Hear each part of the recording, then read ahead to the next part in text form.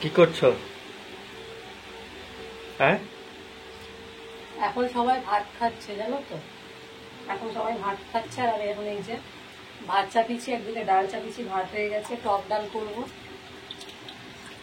আর এই যে মাংস ধুচ্ছি।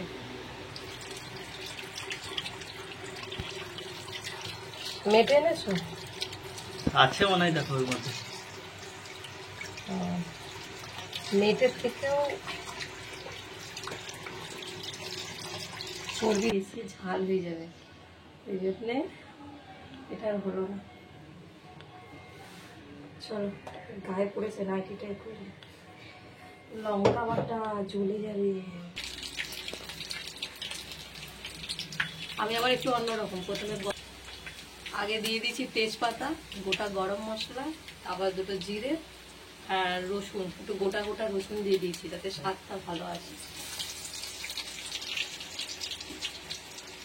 দিয়ে দিলাম পেঁয়াজ, আর এই যে আলু দেখছো তো, এই আলু পরে দেবো, কারণ আমি মাংসতে একটু আলু না দিলে আমার ভালো লাগে না।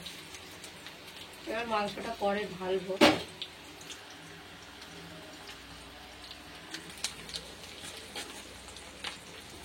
দিয়েছি লঙ্কা এক গাদা, ঝাল ঝাল করে খাবো, পাতলা করে টক ডাল করেছি।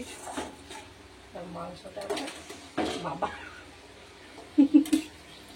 বড় কড়াইতে রাঁধতে ইচ্ছা করে না, ভালো লাগে না। ওই ছোটো কড়াইটা মাছতে সুবিধা হয়, ছোটো কড়াইতেই চাপাই। এখন খেয়ে দিয়ে সবাই ঘুমাচ্ছে দুপুরবেলা, আর এই করি আমি এখন। এটা কষা কষা করবি।